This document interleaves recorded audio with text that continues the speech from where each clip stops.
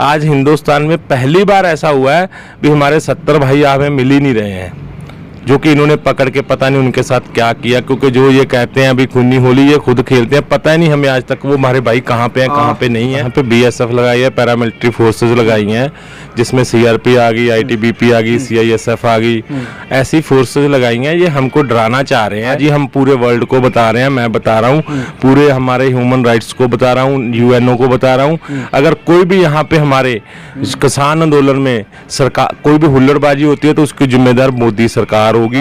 10-15 दिन के अंदर अंदर हम इमरजेंसी वाले हालत पैदा करके यहाँ से उठाने की कोशिश करेंगे। क्योंकि इन्होंने अंदर जो इनके मंत्रीगण हैं, जो इनके तो थोड़े बीजेपी के हैं लोग, हमें भी जानते हैं, हमें भी पता है, हमें वो बता रहे हैं अभी आप यहाँ से चले जाओ जी, यहाँ बहुत गंदी हालत करने वाले हैं ये इमरजेंसी का नाम लेके।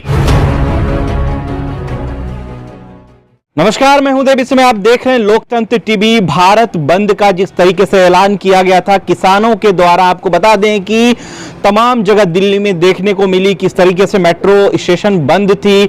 यूपी में कई बसें जो है दिल्ली के लिए रवाना हुई थी, वो तमाम किसान जो है आज दिल्ली में मौजूद थे। कई जगह जो हरियाणा बॉर्डर, दिल्ली बॉर्डर पे कई किसान जो है मौजूद नजर आ रहे थे, जिसमें कहा जा रहा था कि आज 12 बजे से 3 बजे तक जो है बिल्कुल भारत बंद रहेगा। किसानों का पुरजोर विरोध था इस 3 कानून के द्वारा। इस समय हमारे साथ महंत जसवीर दास जी मौजूद हैं, फिरमान दल के अध्यक्ष। कैसे देख रहे हैं महंत जी, कैसे भारत बंद जो आज हुआ उसकी क्या क्या नीतियां आज देखी गई?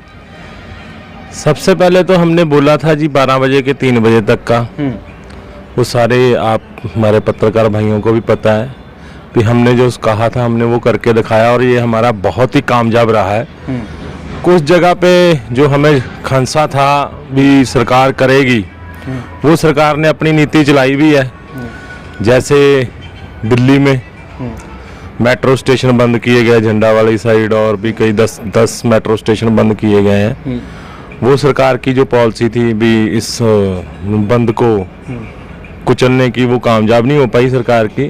बंद हमारा बहुत सक्सेसफुल रहा है। और दूसरा, बिहार से भी हमें खबरें आ रही हैं भी वहाँ हमारे छात्र थे जो रिजर्व कोटे के 80 के, उनके साथ भी कोई एबीवीपी के छात्रों ने लड़ाई झगड़ा किया है।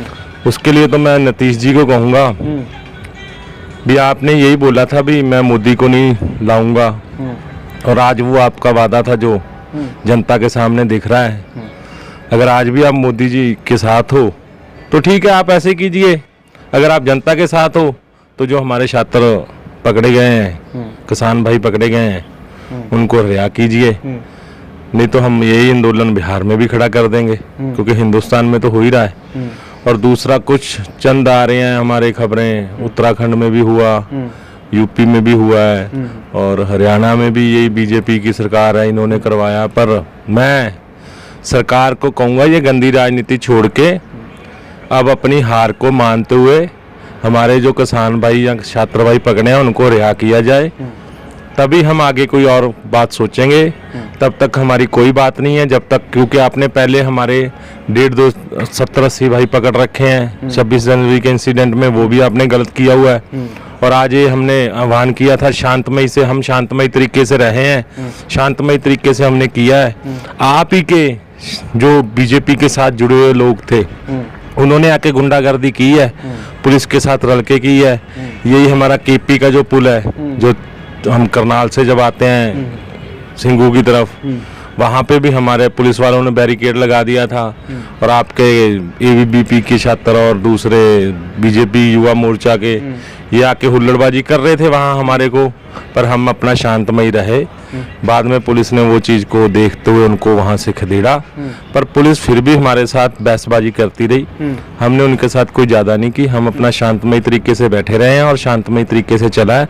ये हमारा जो आंदोलन था आज का जो भारत बंद था, वो हमारा सफल रहा है। मानते हैं कि सफल? हाँ, सफल रहा है। ये कब तक चलेगा सर? प्रोटेस्ट कब तक चलेगा? ये प्रोटेस्ट तो जब तक ये बंद नहीं, काले कानून लेंगे नहीं वापस जी, तब तक चलेगा। हमारे डकैत जी हैं जो, उन्होंने तो अक्टूबर तक कहा है, पर मैं कहूँगा ये 2024 तक चलेगा। मोदी जी डरो मत, अगर आप भी 2024 तक जाने की तैयारी में, तो हम भी 2024 तक बैठने की तैयारी में हैं। पर जाएंगे काले कानून वापस करा के, उससे पहले जाने वाले नहीं हैं हम। ये काले कानून तो वापस होंगे। और जो आप बातें करते हो, आपके नेतागण राज्यसभा में बातें करते हैं भी, जो कि कांग्रेस के बारे में कहा जा रहा है भी ये किसानों के साथ खून की खेती करने की बात कर रहे हैं। मेरे को तो ये नहीं समझ आ रहा, एक तरफ तो बीजेपी कहती है अभी हमने कांग्रेस को खत्म कर दिया, कांग्रेस का सफाया कर दिया, दूसरी तरफ ये कांग्रेस को कह रही है अभी कांग्रेस इस आंदोलन को हाईजैक करने को घूम रही है। पहले आप ही सच बात तो बता दो भी कांग्रेस जिंदा है कि खत्म हो चुकी है। अगर जिंदा है तो अपने मुंह से तो बताओ भी जिंदा है, क्योंकि यहाँ तो कोई कांग्रेसी ना तो आया है हमारे आंदोलन में, ना हमने किसी कांग्रेसी को बुलाया है।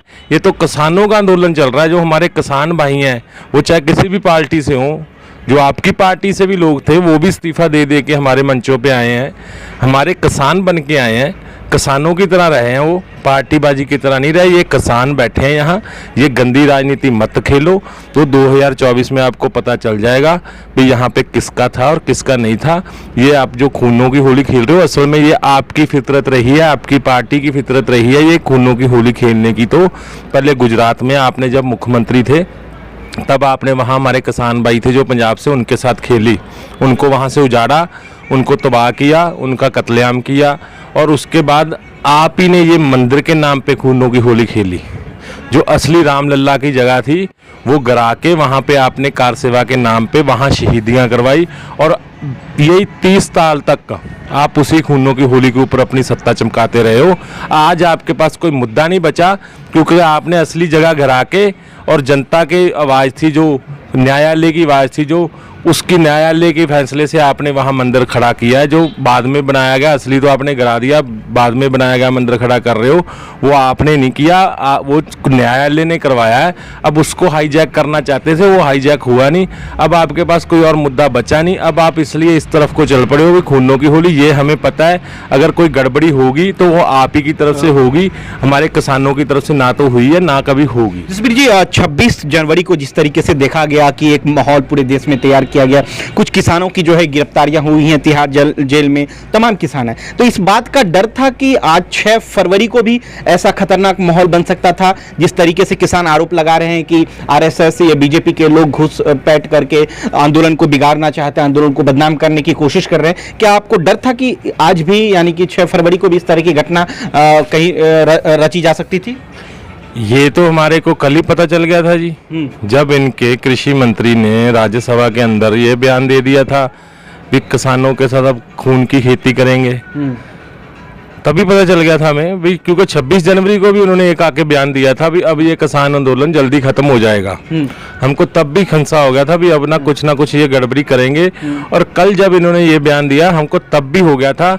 हमारे किसान भाइयों को, हमारे जत्थेबंदियों ने, हमने, हमारे जितने भी हमारे विंग हैं, जो भी संस्थाएं यहाँ खड़ी हुई हैं, सभी ने हमने कह दिया था भाई अब चाहे पुलिस कोई पथराव करे, लाठीचार्ज करे, चाहे कोई बीजेपी के आके नेता आपके ऊपर कोई गुंडागर्दी करें, कुछ भी करें, हमने किसी को हाथ नहीं उठाना।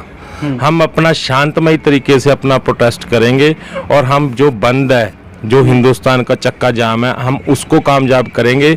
हम इस चीज़ का इनको मौका ही नहीं दिया आज हमने। जो ये 26 जनवरी का हमारे ऊपर ठीकरा फोड़ रहे हैं ना, वो भी इन्हीं का किया जा रहा है, वो भी इन्होंने किया हुआ था। वो हमारे किसान भाई, आज हिंदुस्तान में पहली बार ऐसा हुआ है भी हमारे 70 भाई हमें मिल ही नहीं रहे हैं, जो कि इन्होंने पकड़ के पता नहीं उनके साथ क्या किया। क्योंकि जो ये कहते हैं अभी खूनी होली ये खुद खेलते हैं, पता ही नहीं हमें आज तक वो हमारे भाई कहाँ पे हैं कहाँ पे नहीं है। वो ये खुद करते हैं और वो ये खुद करा के बाद में कभी ये किसानों के ऊपर फेंक देते हैं, कभी किसी पार्टियों के ऊपर फेंक देते हैं, कभी ये कांग्रेस का नाम ले आते हैं, कभी ये किसी और का नाम ले आते हैं, जो कि ये सरासर इनका निंदनीय योग है। यहाँ पे कोई पार्टीबाजी नहीं है, यहाँ किसान बैठा है और किसान के बच्चे बैठे हैं। ये आंदोलन जब तक समाप्त तब तक नहीं होगा जब तक ये काले कानून वापस नहीं होगा। अभी अचानक ये पता लगा है कि टिकरी बॉर्डर पर 50,000 जो है सैनिकों को तैनात कर दिया गया है। तमाम मीडिया चैनलों पर ये लगातार ब्रेकिंग न्यूज बन रही है। कैसे देख रहे हैं, क्या एक साजिश है हटाने की टिकरी बॉर्डर पर अचानक फोर्स बढ़ा दी गई है आज के दिन? ये हमें पता चल रहा है जी कई जगह से, ये फौज लगा के हमें डराना चाह रहे हैं। बीएसएफ लगाई है, फौज नहीं लगाई वहाँ पे, बीएसएफ लगाई है, पैरामिलिट्री फोर्सेस लगाई हैं, जिसमें सीआरपी आ गई, आईटीबीपी आ गई, सीआईएसएफ आ गई, ऐसी फोर्सेस लगाई हैं। ये हमको डराना चाह रहे हैं भी इससे किसान डर के शायद उठ के चला जाएगा, पर इनको ये नहीं पता हम किसान जो होता है वो खेत के अंदर पैदावार करके देश का पेट भर के शहीद होना भी जानता है कर्जों की मार के नीचे, और बॉर्डर पे हमारा ही बच्चा देश के लिए शहीद होना जानता है। हम देश के लिए शहीद होना जानते हो, हम शहीद हो जाएंगे, पर इनकी ये डरावे से हम पीछे जाने वाले नहीं है। ये खुद कर रहे हैं, क्योंकि हमें ये पता चल चुका है ये कुछ दिनों के अंदर अंदर यहाँ कोई ना कोई ऐसा इंसिडेंट करने वाले हैं, हुल्लड़बाजी करने वाले हैं, पुलिस के थ्रू लगा लो चाहे पैरामिलिट्री फोर्स के थ्रू लगा लो, ये हमारे ऊपर अत्याचार करने वाले हैं। अगर ये कोई भी अत्याचार करते हैं उसके लिए आज ही हम पूरे वर्ल्ड को बता रहे हैं, मैं बता रहा हूँ, पूरे हमारे ह्यूमन राइट्स को बता रहा हूँ, यूएनओ को बता रहा हूँ। अगर कोई भी यहाँ पे हमारे इस किसान आंदोलन में सरकार कोई भी हुल्लड़बाजी होती है तो उसकी जिम्मेदार मोदी सरकार होगी, क्योंकि मोदी सरकार ने ये पैनल बना लिया है पूरा। 10-15 दिन के अंदर अंदर हम इमरजेंसी वाले हालत पैदा करके यहाँ से उठाने की कोशिश करेंगे। बड़ी बात बोल दी सर, बड़ी बात बोल दी। ये है, ये बिल्कुल सच है, ये बिल्कुल सच है। ये आपको पता चलेगा आने वाले 10 दिन के अंदर यहाँ क्या क्या करने चाह रहे हैं ये, क्योंकि इन्होंने अंदर जो इनके मंत्रीगण हैं, जो इनके तो थोड़े बीजेपी के हैं लोग, हमें भी जानते हैं, हमें भी पता है, हमें वो बता रहे हैं अभी आप यहाँ से चले जाओ जी, यहाँ बहुत गंदी हालत करने वाले हैं। ये इमरजेंसी का नाम लेके, इमरजेंसी जो पहले लगाई थी वैसा हालत लाके ये यहाँ बहुत वैसा करने वाले हैं, आप चले जाओ। पर हमने उनको कहा जी जाएंगे तो तभी वापस जब ये काले कानून वापस होंगे, नहीं तो शहीद हो जाएंगे। ये मैं आपके चैनल के माध्यम से आज ही पूरे वर्ल्ड को बताना चाहूंगा। अगर यहाँ कोई भी गड़बड़ी होती है तो उसका जिम्मेदार सिर्फ और सिर्फ हमारे गृह मंत्री और प्रधानमंत्री होंगे। नहीं, आज क्या दिख रहा है, भारत बंद आज सफल रहा? एक बार लास्ट सवाल।